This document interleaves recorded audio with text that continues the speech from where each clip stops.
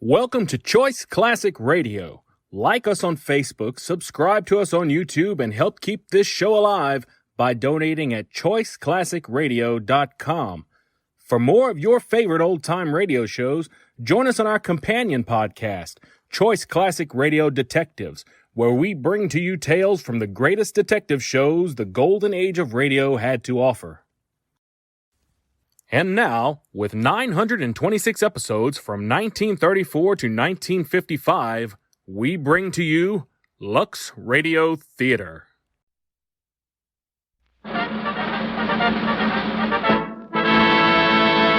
From Hollywood, California, the Lux Radio Theater presents William Powell and Carol Lombard in My Man Godfrey, with Gail Patrick, Misha Auer, and David Niven.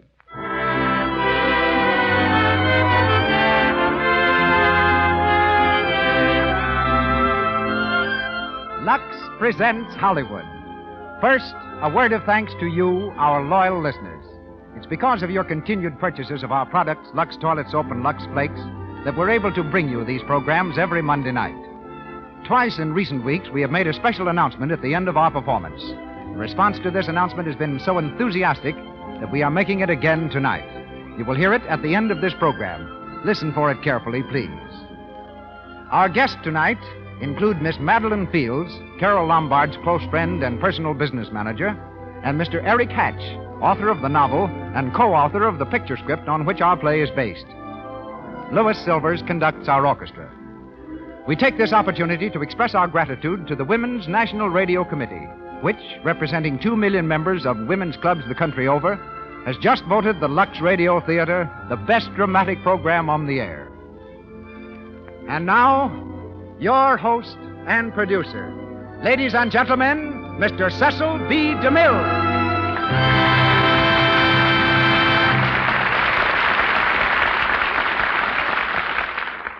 Greetings from Hollywood, ladies and gentlemen. A few years ago, I selected 2 Mack Sennett bathing beauties for my first talking picture, Dynamite. One of the girls was Madeline Fields, whom I thought had a future in pictures. The other was Jane Peters, whom I discharged for lack of talent. Today, Miss Peters, one of the screen's cleverest actresses, is known as Carol Lombard, and Miss Fields is Carol's personal business manager, which sometimes prompts even my best friends to tell me that I'm not the world's greatest talent scout. William Powell, who stars with Miss Lombard tonight, started his theatrical career as an usher in Kansas City for exactly nothing a week. He reached the stage because of a 23-page letter he wrote to an aunt in Pittsburgh. It must have been a remarkable letter because it obtained a $700 loan, which took young Mr. Powell to New York and dramatic school. Celebrated for his debonair drolleries, a master of the lifted eyebrow and the screen's #1 Beau Brummel, we hear him shortly in his great screen characterization, the title role in My Man Godfrey. Miss Lombard, our First Lady of Lunacy, is active again as that moonstruck maiden Irene Bullock. 3 more celebrities round out our star-studded cast. Miss Gail Patrick as Cornelia, Misha Auer as Carlo, and David Niven as Tommy Gray. It's curtain time, and the Lux Radio Theater presents Carol Lombard and William Powell in My Man Godfrey with Gail Patrick, Misha Auer, and David Niven.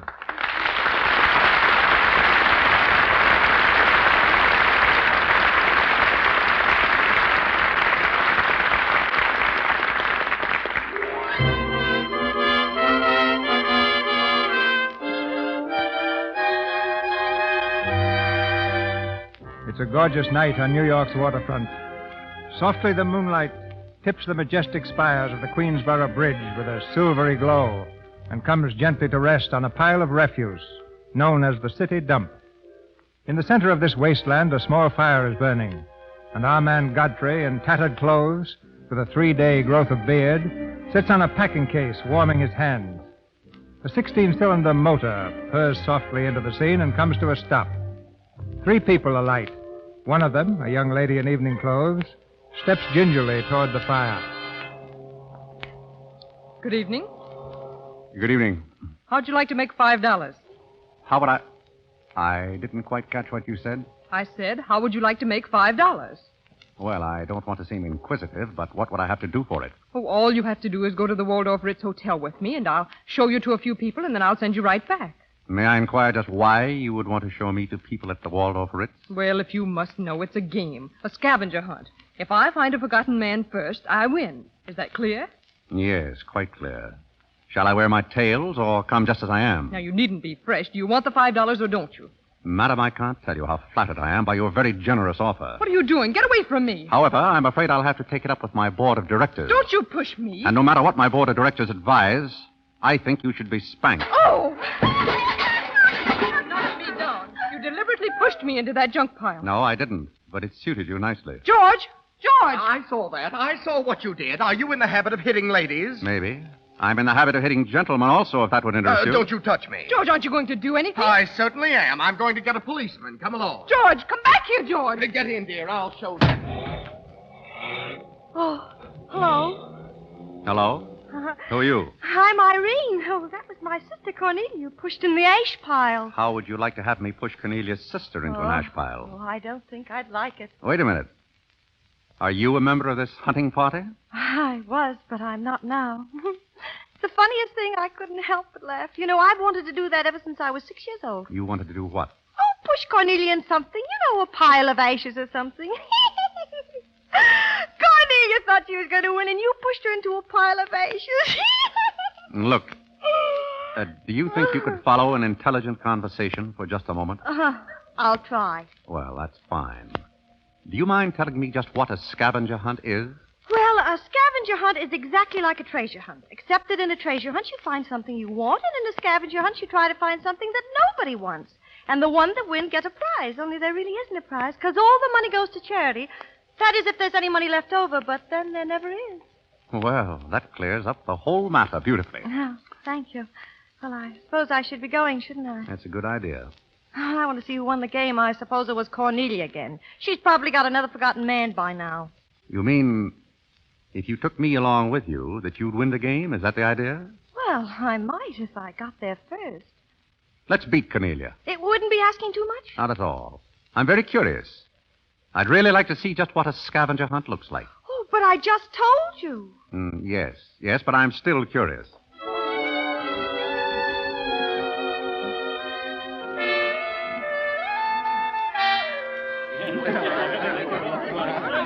Ladies and gentlemen, please, ladies and gentlemen, quiet, please. Your attention, please. Miss Bullock has the forgotten man. Here he is. Would you mind stepping up on the platform, Yes, please? get right up on the platform, Godfrey. Doesn't he look funny? Just stand over there, between the monkey and the goat. Now, do you mind if I ask you a few questions? Fire away. What is your address? City Dump 32, East River. Sutton Place. Quiet, please, ladies and gentlemen. Is that your permanent address? Well, the permanency is rather questionable. You see, the place is being rapidly filled in. Do you mind? May I ask you a personal question? If it isn't too personal. Are those whiskers your own? No one else has claimed them. Thank you. Now, one more question. Are you wanted by the police? That's just the trouble. Nobody wants me. A very good answer. Splendid, Godfrey. The committee is satisfied. Miss Irene Bullock wins the scavenger hunt for the forgotten man. Turn around, Godfrey. Shush. He's going to speak. My purpose in coming here tonight was twofold. First, I wanted to aid this young lady. Second, I was curious to see how a bunch of empty-headed nitwits conducted themselves. What do you think? My curiosity is satisfied. I assure you it will be a pleasure for me to go back to a society of really important people. Good night, ladies and gentlemen. Godfrey, wait. Oh, Godfrey, I'm terribly sorry. Oh, that's all right. Oh, I'd never brought you in there if I thought they were going to humiliate you. You know, I'm terribly grateful. It's the first time I've ever beaten Cornelia at anything, and you helped me do it. Oh, I wish I could do something for you. Why? Because you've done something for me, don't you see? Well, I could use a job if you've got one lying around loose. Can you buckle? Bottle? Yes, we're fresh out of Butler's, the one we had left this morning.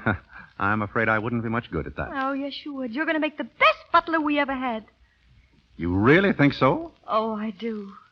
Well, all right. Thank you. Good night, Godfrey. Good night, Miss Bullock. Good night.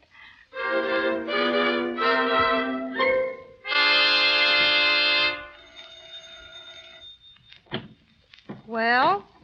I beg your pardon. I'm the... Yes, you're the new butler. Well, I'm the old maid. Come in. Oh, thank you. How did you know I was the new butler? Oh, there's one every morning at this hour. They're dropping in and out all the time. Is the family that exacting? No, they're that nutty. I see. Does the butler have quarters here in the house, or isn't it necessary? You won't need any quarters. Just hang your hat near the door so you can get it quickly on your way out. What's that? That's the old battle axe. She usually rings about this time. The old battle axe. Yeah, Mrs. Bullock. She's the mother type. If she has the jitters, and she usually does, she'll ring again in a minute in no uncertain terms. Then, brother, you better grab her tomato juice and get going. Well, there she goes. Well, Cupid, this is your big opportunity. Shall I take it to her? Yeah, but you might as well know the worst, but I want to warn you. She, sees pixies. Pixies? Mm-hmm. You know, the little men. Oh, those. Uh-huh. Yes. Where do I find her? Upstairs. She's in the first cage on the right. Well, wish me luck. Happy landing.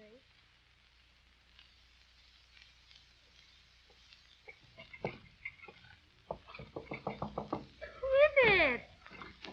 Good morning, Mrs. Bullock. Good morning. What day is it, Molly? I'm not Molly. Who isn't Molly? I'm not. Well, stop jumping up and down so I can see who you are. I'm not jumping. It's better. What's your name? Godfrey. Are you someone I know? We met last night at the Waldorf Ritz. I'm the forgotten man. Oh, so many people have such bad memories. That's the truth. Will you drink this now? What's that?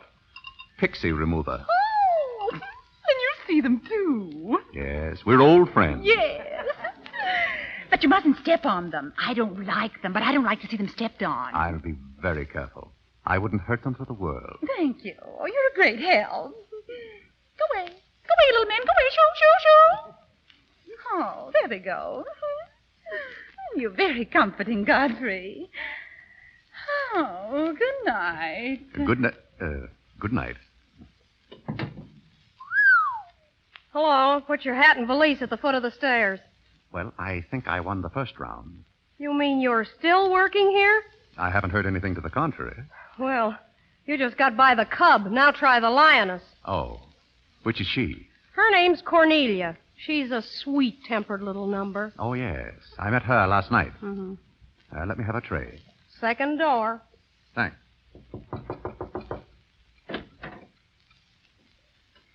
Who is that? Good morning, Miss... What do you mean by barging into my room? But I... Get out! Get out, you! Oh, wait. You don't... Get out! Get out, I said, and don't come back! Hello? Hello. I'm afraid I lost the second round. Hey, Molly, cut out all the noise and bring me some breakfast. Opportunity never stops knocking in this house. That's Irene. You want to try again? Here goes. Lots of luck. Good morning. I brought you breakfast. Oh, are you the new butler? Don't you remember last night? Well, what happened to Godfrey? I'm Godfrey. Oh, you look so different. What happened to those nice whiskers? Turn around and let me look at you. Oh, you're the cutest thing I've ever seen. Thank you. Will there be anything else? Yes. Sit down and talk. You know, I like to talk in the morning when your head is clear, especially when you've been somewhere the night before. Sit down. Well, if you insist, but it doesn't seem very good form for a butler. Oh, you're more than a butler. You're the first protege I ever had. Protege? You know, like Carlo. Who is Carlo? He's Mother's protege. Oh. You know, it's awfully nice, Carlo, having a sponsor, because then he doesn't have to work and he gets more time for his practicing. But then he never does, and that makes a difference. Yes. Yes, I imagine it would. Oh, it makes me feel so mature and grown up. Oh, what does? Having a protege. You're the first one I ever had. And it's terribly thrilling. Not only does it occupy my mind, but I think it's character building, too. No, just what does a protege have to do? Oh, you just go on butling and I sponsor you, don't you see? It's getting clearer. Well, it's really not much work, but it gives you something to think of. It's going to be such fun. Oh, I'm sure it's going to be heaps of fun. But you see, a protege has certain responsibilities also. For instance, if someone should ring for me now and I didn't answer, that would reflect upon you, because you're my sponsor, don't you see? Yes, I suppose it would. I never thought of that. Oh, you don't know how nice it is having some intelligent person to talk to. Yes, it's been very enlightening to me, too. Oh, I just thought of something else. Do you know what you are? I'm not quite sure. You're my responsibility. That's very nice. Well, see you in church. Yes. See you in church. Goodbye, Godfrey. Goodbye, miss.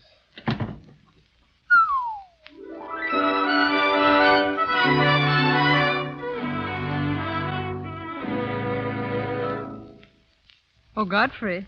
Yes, Miss Cornelia? I see you still with us, Godfrey. Yes, miss? I didn't think you'd last a full day. Thank you, miss. Do you like your place here? I mean, so far as you've gone. I must admit it's more desirable than living in a packing case on a city dump. Oh, that's where I met you. Yes, I remember now. You were very amusing. I'm very sorry, miss. Oh, I didn't mind at all. Have you a handkerchief? There's a spot on my shoe. Will you see what you can do about it? Of course, miss. I could have you fired, you know, but I like to see things wriggle. When I get through with you, you'll go back to your packing case on the city dump and relish it. I'll make your life so miserable Hello, that... Godfrey. Good evening, Miss Irene. Oh, I like your new monkey suit. Thank you for picking it out. Oh, how do you like my new lounging pajamas? I think they're very nice. Thank you. I heard what you said to Godfrey. So what? So what? You leave him alone. So who's going to make me leave him alone? If you don't, you'll get a good sock from me. Oh, the physical type. What I say goes. May I come in? You're in, aren't you? Good evening, Irene. Hello, Carlo. I've just been reading a very interesting book, The Greeks of the Middle Ages. Irene would like that. You love the Middle Ages, don't you, dear? Shut up. Well, here we are. Ah, Mrs. Bullock. Как вы поживаете? Carlo, you're so continental. Oh, it's so nice to see you two girls having a pleasant chat. Or is it a pleasant chat? Well. Imagine the Bullocks got it together all in one room. Don't forget Carlo, Alexander. Oh, I'm not going to forget Carlo. Oh, don't bother about me, Mr. Bullock. I feel one of the family. Oh, and you don't mind if I discuss a few family matters, do you, Carlo, my boy? Oh, no, not at all. Oh, Alexander, you're not going to bring up those sordid business matters again, I hope. I've just been going over last month's bills, and I find that you people have confused me with the Treasury Oh, Department. don't start that again, Dad. I've got to stop it. The way you people are throwing my money around. Money. That Frankenstein monster that destroys souls. What? Say, listen. Don't say anything more about it. You're upsetting Carlo. Carlo. Who's the head of this house, Carlo or me? Here's Godfrey. The cocktail, sir. Huh? What? Oh, thank you, Godfrey. Not at all, sir. Miss Irene? Oh, did you make them, Godfrey? I helped. Oh, they must be wonderful. I'd like to help sometime if you'll let me. I'd feel honored. While we're on the subject, how about this business of certain people picking up anybody they find on the city dump and dragging them into the house? For all we know, we might all be stabbed in the back some night and Who's robbed. going to stab who, Cornelia? Well, we don't know a thing about certain people. You shut up. I will not shut up. My life's precious Well, to it me. won't be in a minute. I think we should get our help from employment agencies. Well, I don't know but what I agree with Cornelia. Will you? Alexander, you've upset Carlo and now you're upsetting Irene. Don't you remember her breakdown last summer? I do. That's why I'm not paying any attention to this. Well, if Mother can sponsor Carlo, why can't I sponsor Godfrey? Oh, Godfrey knows I'm not being personal, but after all, none of us would like to wake up some morning stabbed to death. Now, Cornelia, you mustn't come between Irene and Godfrey. He's the only thing she's shown any affection for since a Pomeranian died last summer. Oh, now, Irene, you mustn't have a spell. Well, what is all this Oh, nonsense? please be quiet. You never did understand women. Why don't you get the doctor? I don't want a doctor. Oh, do you want a nice bag? No, I don't want an ice pack. I want to die. Oh, you mustn't do that.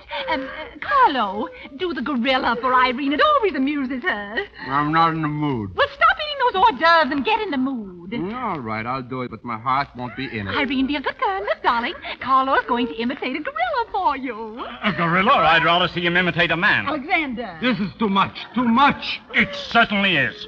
I'm getting out of this madhouse. I'll be at the club if you want me, and I hope you don't. Well, I'm off for dinner. We must all get together again sometime. Goodbye, Irene. Irene, are you feeling all right?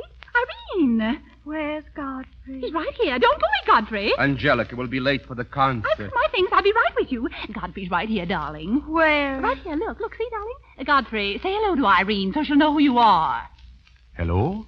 Oh, hello, Godfrey. And you've promised to stay on, haven't you, Godfrey? If I'm wanted. Oh, of course you'll want it, isn't he, Irene? Yes, go away. Yes, darling, I'm going. Goodbye, darling. Come along, Paula. Hurry. Hurry, always hurry. Oh, Godfrey? Yes, miss? Oh, sit down, Godfrey. No, over here by me. Oh, yes, thank you, miss. Godfrey, would you mind kissing me?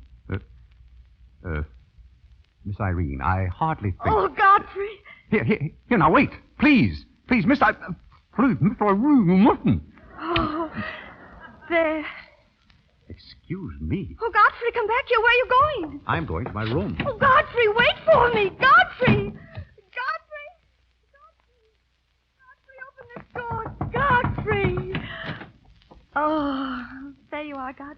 Please, Miss Irene, you can't come in here. Why not? It's our house, isn't it? And after all, one room is just like any other room. Besides, I want to talk. I'm terribly sorry, but we can't talk here. Well, don't you think it's rather indecent of you to order me out after you kissed me? After I kissed you. Of course, Godfrey, don't you remember? Miss Irene, hasn't anyone ever told you about certain proprieties? Oh, you use such lovely big words. I like big words. What does it mean? Well, you want me to remain on here as butler, don't you? Oh, of course. And I want to justify your faith in me by being a very good butler. And, in time, perhaps, filling the void created by the death of your late lamented Pomeranian. Oh, I've forgotten all about him. He had fleas anyway. Besides, you're different. You use big words and you're much cuter. May I tell you a story? I'd love it. Well, once there was a very sentimental little girl with a very kind heart. And she helped a man who was very grateful. But then she became a nuisance and undid all the fine work she had done. Oh, is it someone you know? Her name is Irene Bullock. And if she were a smart little girl, she'd pick out some nice young chap in her own social set and marry him and live happily ever after. And never, never, never enter the butler's room again. You mean I can never come in here again? Never. Now, out you go. Oh, Godfrey, stop. This way, please. No, I want to stay. Let me go. Outside, please. Oh, you'll be sorry. And don't ever come in here again. Well, you'll be sorry.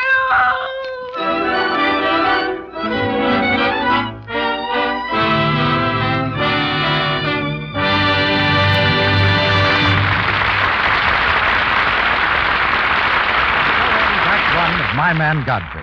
In a moment, our stars will be back for Act Two.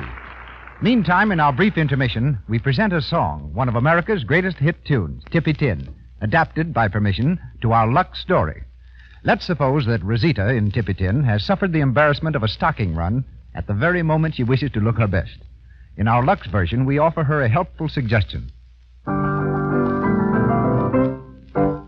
One night the moon was so mellow, Rosita met young Manuelo. He begged for a kiss and heard a hiss from the young miss, this fellow. He said, why, what is so shocking? She hid the run in her stocking. The date was no go, she suffered so, she had not luxed her stockings. Dip it in, dip it in, dip it in, dip it in. Avoid the cake soap rubbing, stockings take a drubbing, you're not satisfied.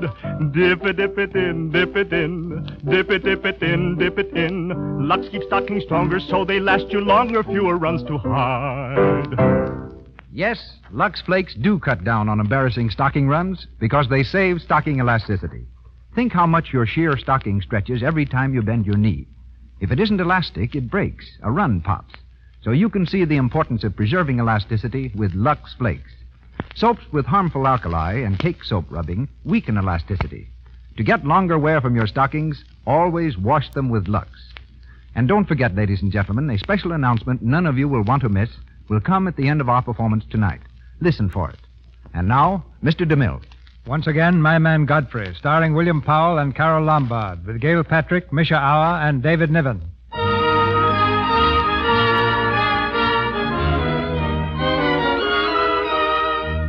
2 days have passed, during which Irene has shown an all too evident affection for her man Godfrey. In the Bullock living room, a cocktail party is in progress. Irene, dressed in mourning, watches with tragic eyes as Godfrey moves among the guests. Let me see, what did I bid? Spades? I never can tell the difference between spades and trumps. Some hors d'oeuvres, Mrs. Bullock? Oh, yes, thank you, Godfrey. Hello, everybody. Oh, look, it's Tommy Gray, the polo player. Tommy, come over here. Irene, look who's here, dear. How are you, Angelica? Oh, fine. Godfrey, where are you going? Don't go away. Oh, sorry. Give Mr. Gray some hors d'oeuvres, Godfrey. Very good, ma'am. Mr. Gray? Thank you. Well, if it isn't Godfrey Park. Smith, sir. Godfrey Smith. Smith? What do you mean, Smith? Do you know Godfrey, Tommy? Know him. We went to Harvard together. Imagine a butler with a college education. A butler? Is this a gag? Mr. Gray neglected to tell you that when we were in Harvard together, I was his valet. Was he a good servant, Tommy? Oh, excellent. What is all this, Godfrey? I'll tell you later. Strange you never gave Mr. Gray as a reference, Godfrey. Well, you see, I left Mr. Gray under very unusual circumstances. What circumstances? I'd rather Mr. Gray told you about that. Yes, go ahead, Tommy. Tell us. Well, you see, Godfrey was working for us as a butler and so forth, and things were going along very well, but one day... You're sure you don't want to tell this, Godfrey? Oh, I'd so much rather you would, Mr. Gray.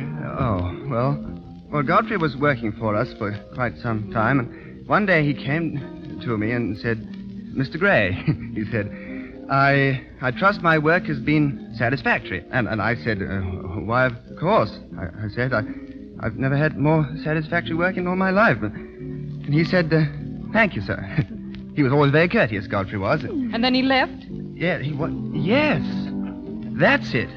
He decided he had to leave. Why? Well, he decided in favor of his wife and 5 children. 5 children? Godfrey, why didn't you tell me you had 5 children? You never asked, Miss Irene. Well, all I've got to say is if other people can have 5 children, so can other people. Well, listen, everybody, I want to make an announcement about something. An announcement? I want to announce my engagement. Congratulations, who's your lucky man, Irene? Not Johnny Van Russell. Yes, that's what it is, Johnny Van Russell. Godfrey, what is all this? Meet me tomorrow, Waldorf Ritz Bar, 3 o'clock. I'll explain everything. Isn't this engagement a little sudden, Irene? You shut up. Why don't you wish her luck, Godfrey? Yes, come and congratulate Irene, Godfrey. Certainly. May I congratulate you, Miss Irene? I wish you all the happiness in the world. You wish you... Irene! Well, isn't that funny? Crying at her own engagement party. Sometimes I don't think my daughters are all there.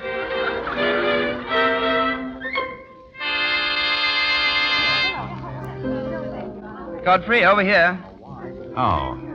Hello, Tommy. I thought you said you'd meet me here at 3. Sorry.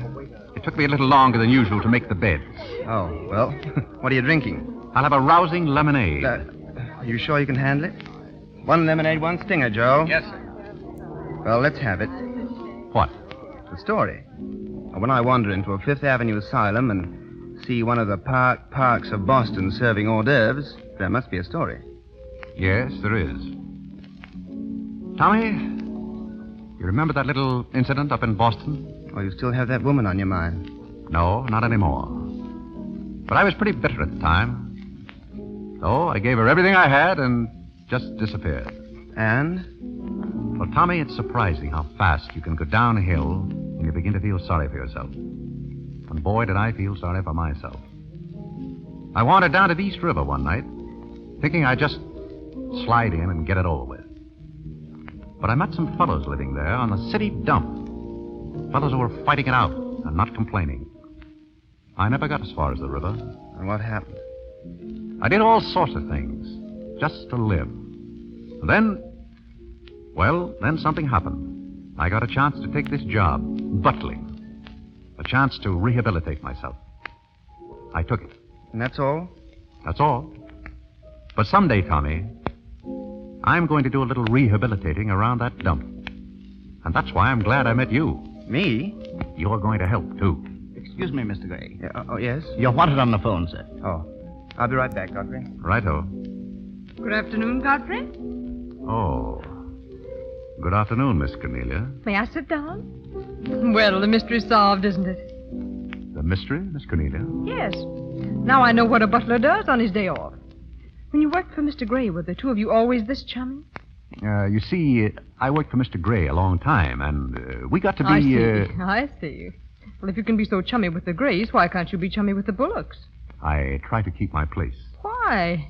You're very attractive, you know. As a butler? No, as a smith.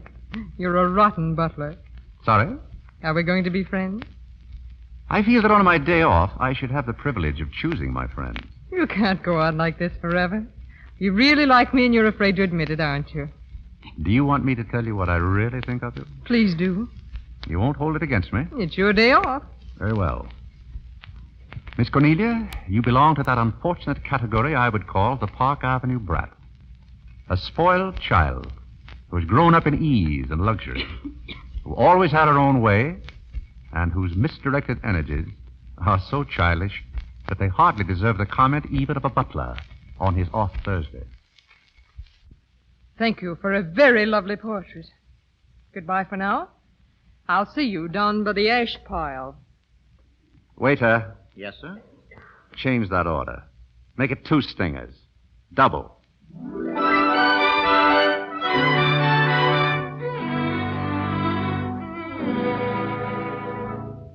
Molly, Yes, Miss Irene? what are you doing? Sewing. Some buttons on a coat. Oh, is it his coat? Yes. The coat is his. Oh, I'd like to sew on buttons sometime when they come off. I wouldn't mind at all. I could do it right down here in the kitchen. He doesn't lose very many. He's very tidy, isn't he? Yes, he's very tidy. Oh, what does he do on his day off? He never tells me. Oh, he's probably sitting somewhere with some woman on his lap. He's the meanest man I know.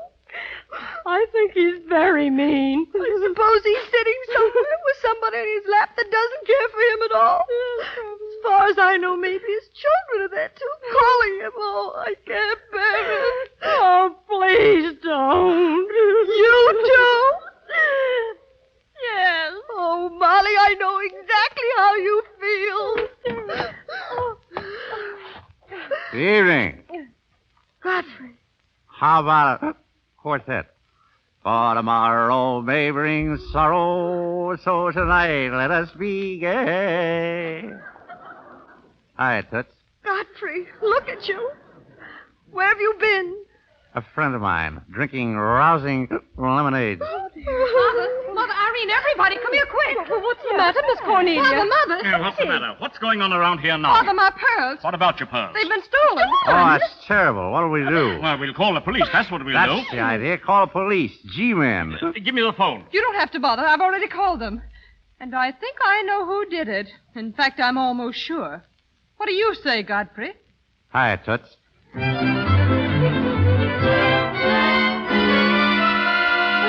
One at a time. Wait a minute. One at a time. Wait a minute. Quiet. When did you miss the pearls, Miss Bullock? This afternoon when I came home, I had put them in my jewel case this morning after breakfast. She probably lost them. Last year she left them in a taxi. Did anyone see you put the pearls in the case? No. Oh, yes. Yes, Godfrey did. He was taking the tray out of my room. He saw me. Godfrey, eh? Well, who's Godfrey? That's me. Me. Butler? Yes, he's the best butler we ever Oh, I'm had. sure Godfrey didn't do it.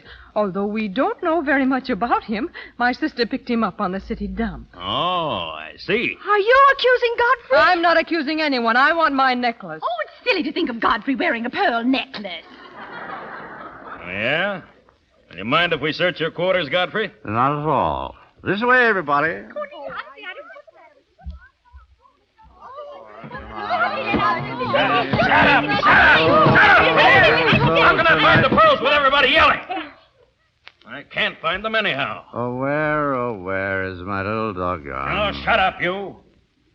Miss Bullock, are you sure you lost your pearls? Of course I'm sure. Well, they're not in this room. Look under the mattress. What? I said look under the mattress. Yes, that's a good place. Okay. No, they're not under here either. Oh, but they must be there. What? Oh, nothing. What made you so sure they'd be under the mattress, Cornelia? Yeah. What made you so sure? Yeah, what? That's where people usually hide things, isn't it? What are you up to? There's something screwy around here. Yes, and I think I know who. Yes, and so do I. Yeah. Officer, this whole thing looks like a mistake. Now, if you'll just forget it, I'll be very much obliged. My daughter is, she's a little, you know. Yeah, I know. Only it ain't such a little.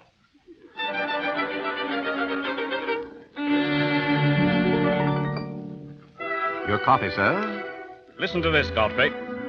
Mrs. Bullock and her 2 daughters sailed yesterday for a holiday cruise around the world. It is rumored that the younger daughter, Irene, is trying to forget a broken engagement plus another heartthrob, which is the real reason for the trip. Oh, what do you think of that? It is a little quieter, sir. The socialite Mrs. Bullock and her 2 charming daughters relaxing on the beach at Deauville. They should relax. This is the first good rest I've had in 20 years. Expected home next week.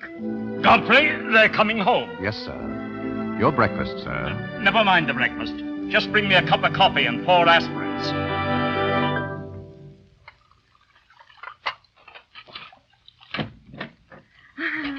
Hello, Godfrey. Good evening, miss. Doing the dishes? Yes, it's the usual procedure after dinner. It's nice to be home again, Godfrey. It's nice to have you. Did you mean it this afternoon when you said you missed me?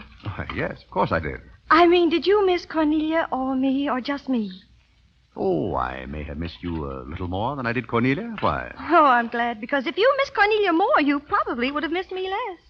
Oh, you look so cute in your apron. Oh, will you let me do something if I ask you? Well, what do you want to do? Wipe. Oh, all right. And you can tell me all about your trip. Oh, you won't get mad? Why should I? Because every place I went, everybody was Godfrey. I don't want to seem dull, but I do seem to have a little trouble following you at times. Well, for instance, whenever I'd go into a restaurant in Paris or any place, I'd close my eyes and I'd say, the waiter was Godfrey. And I'd say, I'm home and he's serving me dinner. Oh, it made everything taste better. And then we went to Venice, and one night I went for a ride in one of those rowboats that a man pushes with a stick. Not a matador, no, that was in Spain, but something like a matador.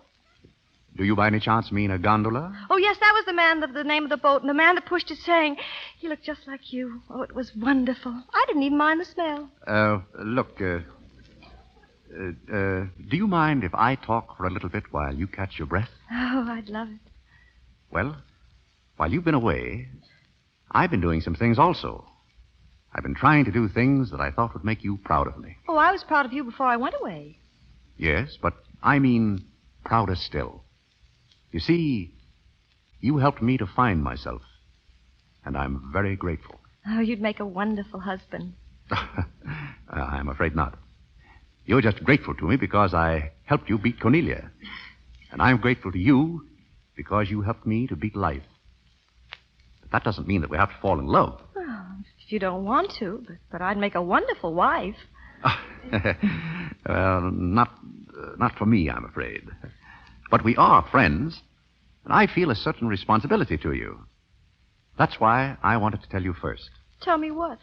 Well, I thought it was about time I was moving on. Oh, Godfrey. Oh, now, please. I won't cry, I promise. That's fine. After all, I'm your protege, and you want me to improve myself, don't you? Yes. Well, that's very sweet. Well, when are you leaving? Oh, pretty soon. But I'll call you up every now and then. We'll have long chats. I'll tell you how I'm getting along, and we'll have lots of fun. Are you going back to her? To whom? Your wife. Wife? Oh. Oh, she was just a fabrication. Oh, then you aren't married. Of course not. And then there aren't any 5 children. Well, there couldn't be very well. Oh, Godfrey. Oh, Godfrey.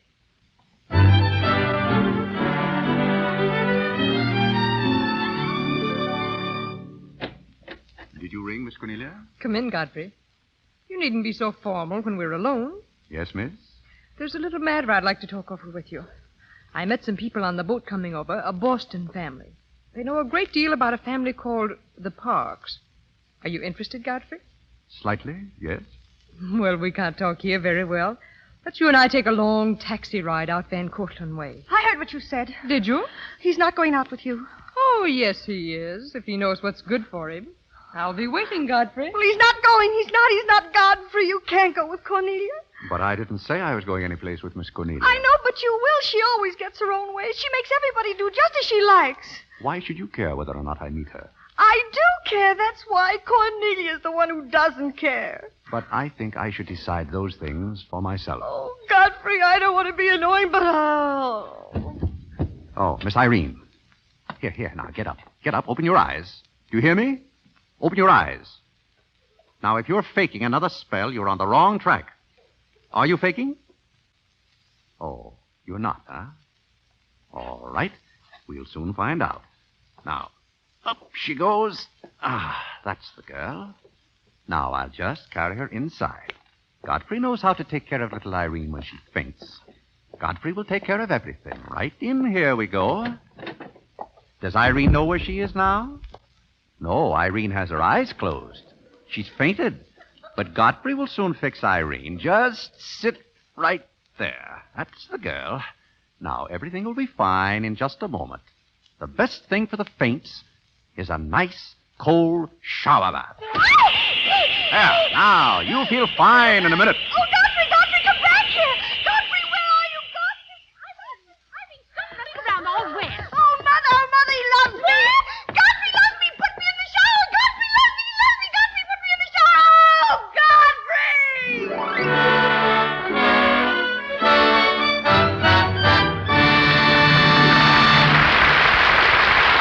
We pause for station identification. This is the Columbia Broadcasting System.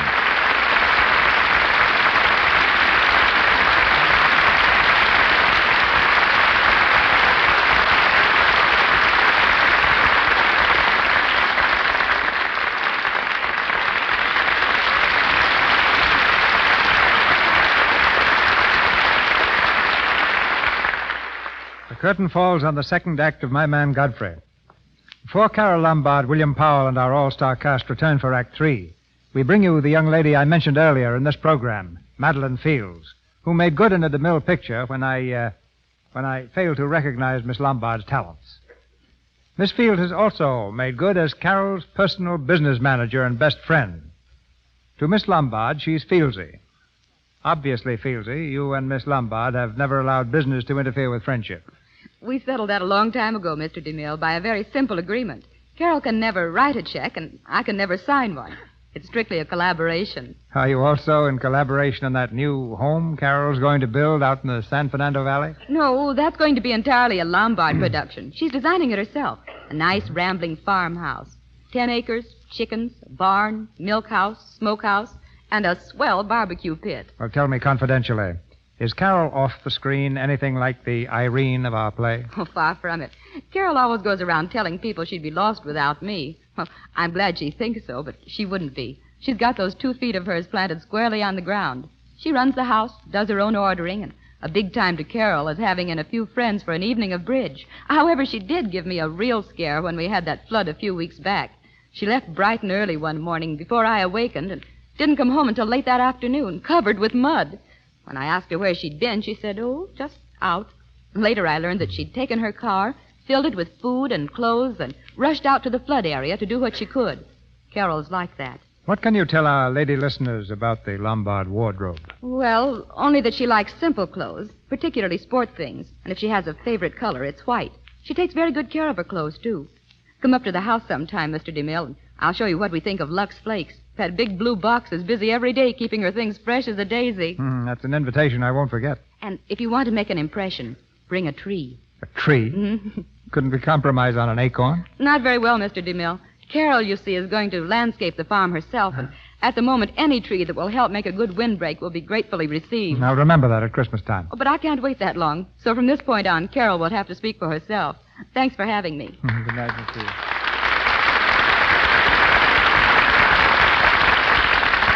William Powell and Carol Lombard continue in My Man Godfrey with Gail Patrick, Misha Auer, and David Niven.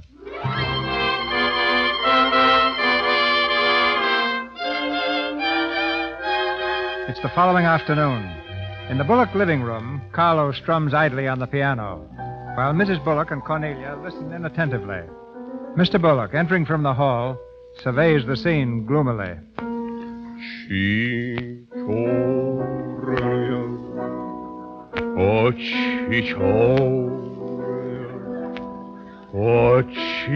Shut up. What? What did you say?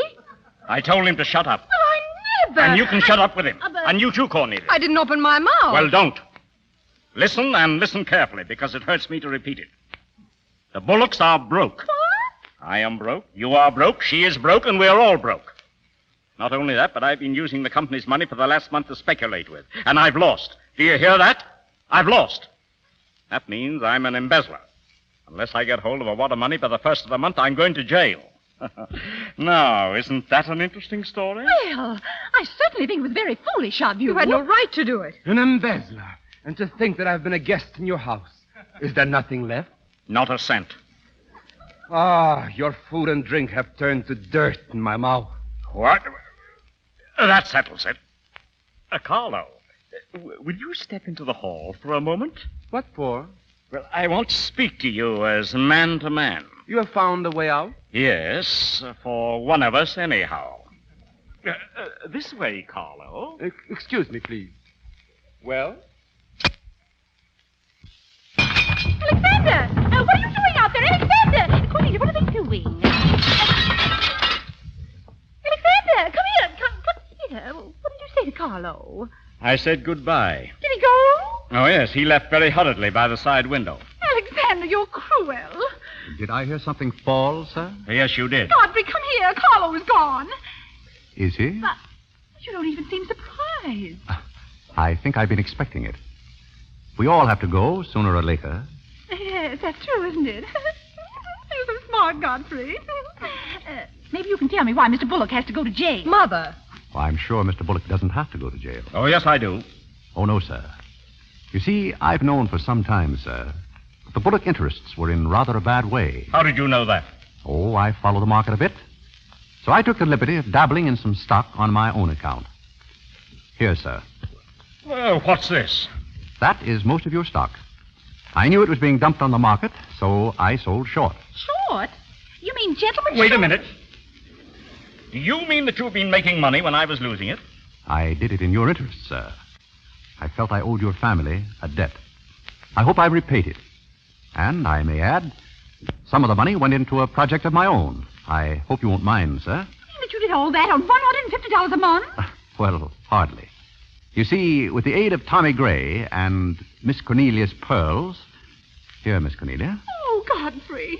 Then you did steal them after all. Well, I put the pearls under Godfrey's mattress. Thank you, Miss Cornelia. I wanted you to say that. Here, Godfrey. These pearls are rightfully yours. Oh, no, thank you. I've repaid my debt, and I'm grateful to all of you. If anyone's indebted, we are. After the way some of us have treated you. Oh, I've been repaid in many ways. I learned patience from Mr. Bullock. I found Mrs. Bullock at all times, shall we say, amusing. That's very complimentary of you, Godfrey. What good did you find in me, if any? A great deal. You taught me the fallacy of false pride. You taught me humility. I don't understand you. Miss Cornelia, there have been other spoiled children in the world. I happen to be one of them myself. You're a high-spirited girl. I only hope that you'll use those high spirits in a more constructive way. And so, goodbye. Oh, dear. There goes a great guy. Hello. Hello, Irene. What's the matter? Nothing. What's the matter with her, Cornelia? I don't know. What's the matter with everybody? What's everybody crying about? Godfrey's gone. Gone. Gone where? He didn't say. Well, why didn't you stop him? Why didn't you hold him? couldn't. Well, he's not going to get away from me. Where are you going? To the city dump.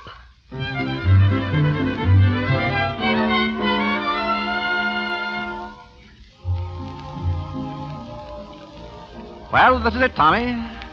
Tramp Inn, we call it. A palace of pleasure built on a foundation of tin cans and ashes. How do you like it? Just a minute, Godfrey. Is this where my money went? Into a nightclub? Some of yours, all of mine.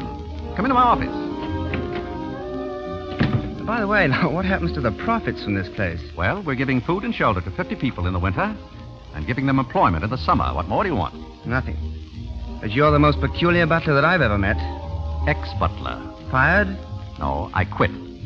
I felt that foolish feeling coming on again. Oh, you mean Irene? Why don't you marry her? Oh, no, thank you. Being her butler was tough enough. Well, here.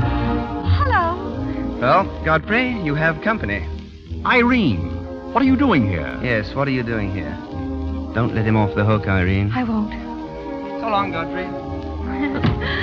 Oh, my, how you fixed this place up, Godfrey. It's much nicer than when I was here before. Oh, you noticed that? Are the Forgotten Men having a party? Yes, it's their annual reunion. Well, I saw the mayor out there. Is he one of them, too? He's the guest of honor.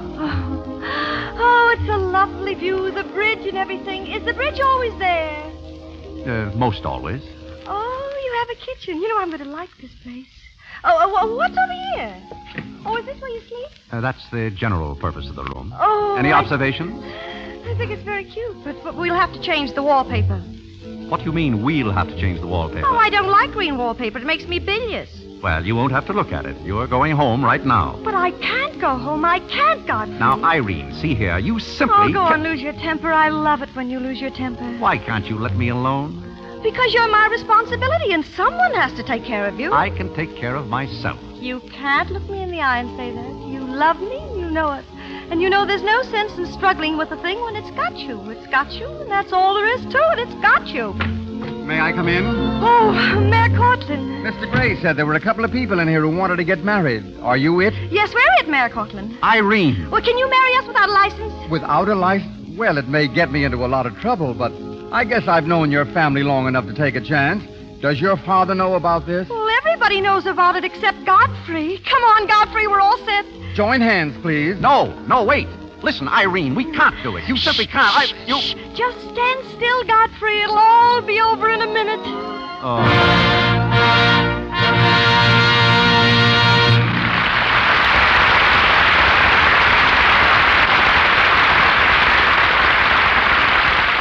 So ends My Man Godfrey. In a few moments, Melville Ruick brings you the important announcement referred to earlier tonight. And now, before William Powell, Carol Lombard, and Gail Patrick return for a curtain call, we hear from Mr. Eric Hatch, author of My Man Godfrey and the screen version of Tapa. Tonight's story was turned down by nearly every studio in Hollywood. Finally produced by Universal, it became the first of the current cycle of comedy romances. It's also unique in that it was shot off the cuff, a Hollywood term which perhaps you'll explain to our audience, Mr. Hatch. Well, shooting off the cuff, ladies and gentlemen, is shooting without benefit of the usual prepared script or scenario. The lines are made up on the set as the action progresses. The most eminent disciple of this system is Mr. Gregory LaCava, the terrific director with whom I was fortunate to work on My Man Godfrey. For 3 months before the actual shooting of the film, Greg and I accumulated 200 pages of rough notes and dialogue. These unassorted notes constituted all the script we had. I've heard it said, Mr. Hatch, that the characters in My Man Godfrey were taken from life. Is that true? Well, the only one taken from life was Mr. Bullock. I patterned him after a friend of mine, a banker. Lots of people have confided that they know exactly who he is, but oddly enough, no two persons have named the same man. As one of those responsible for the current deluge of so-called crazy comedies, how long do you think their popularity is going to last?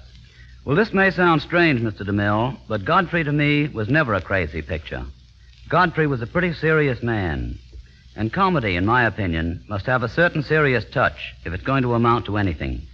If the men who produce pictures happen to agree with me, then I believe this so-called trend will last indefinitely. You've done a great job with Godfrey tonight, and to Mr. Powell, Miss Lombard, and all the others who participated, my sincerest gratitude. Thank you, Mr. Hatch.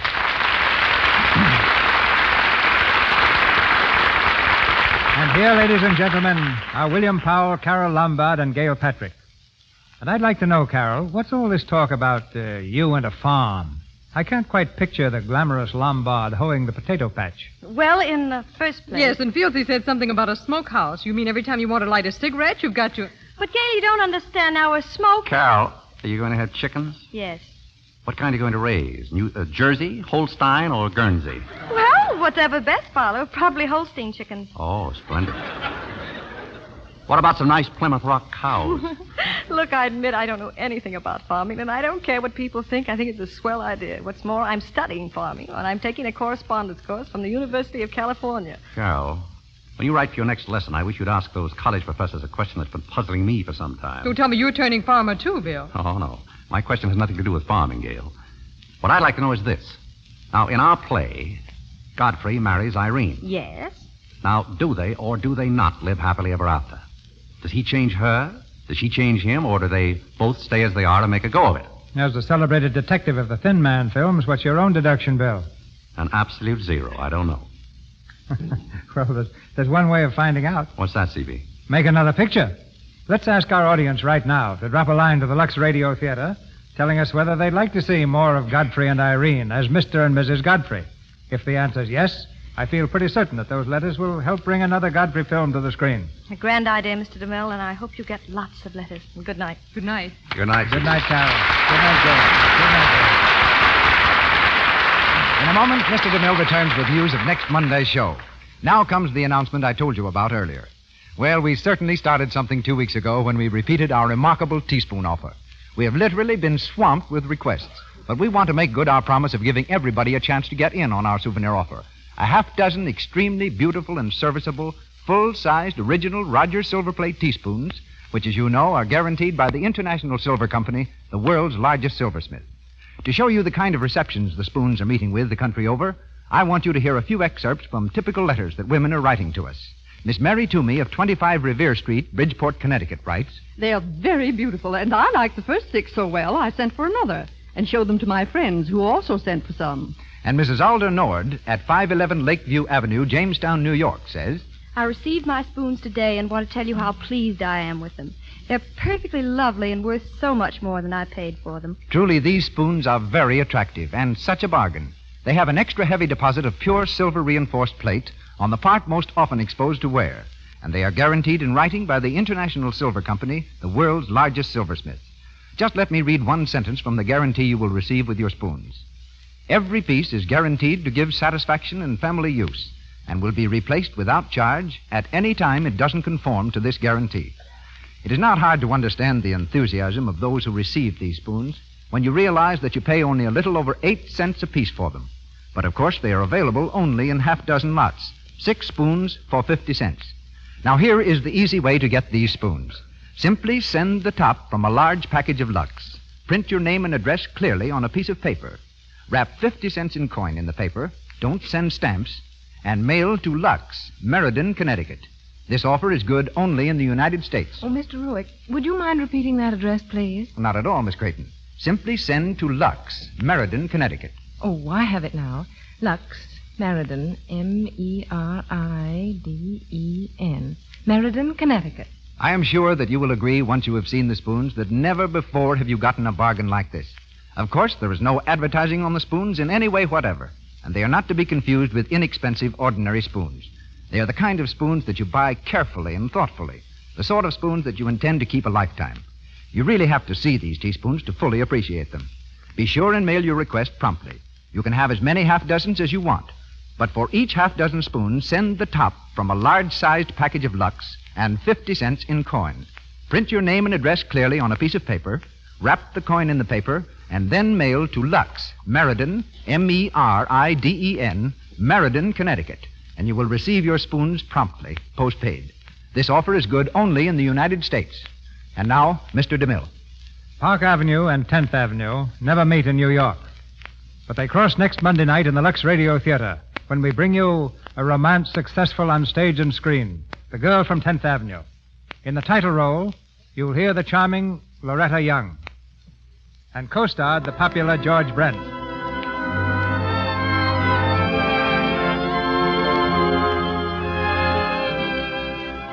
Our sponsors, the makers of Lux Flakes, join me in inviting you to be with us again next Monday night when the Lux Radio Theater presents Loretta Young and George Brent in The Girl from 10th Avenue. This is Cecil B. DeMille saying good night to you from Hollywood. Gail Patrick is from Paramount Studios, Misha Auer from New Universal, and David Niven from Samuel Golden Productions. Louis Silvers appeared through courtesy of 20th Century Fox Studios, where he directed music for Kentucky Moonshine. Our stars were assisted tonight by Wallace Clark as Mr. Alexander Bullock, Elvia Allman as Angelica Bullock, Inez Seabury as Molly, Edwin Max as Mr. Guthrie, Frank Nelson as George, Lou Merrill as a detective, David Kerman as Clarence, Eddie Kane as Mayor Cortland, and Ernie Adams as a waiter. Heard on tonight's performance were Manhattan Serenade by Louis Alter and Just Let Me Look at You from Joy of Living. This is the Columbia Broadcasting System.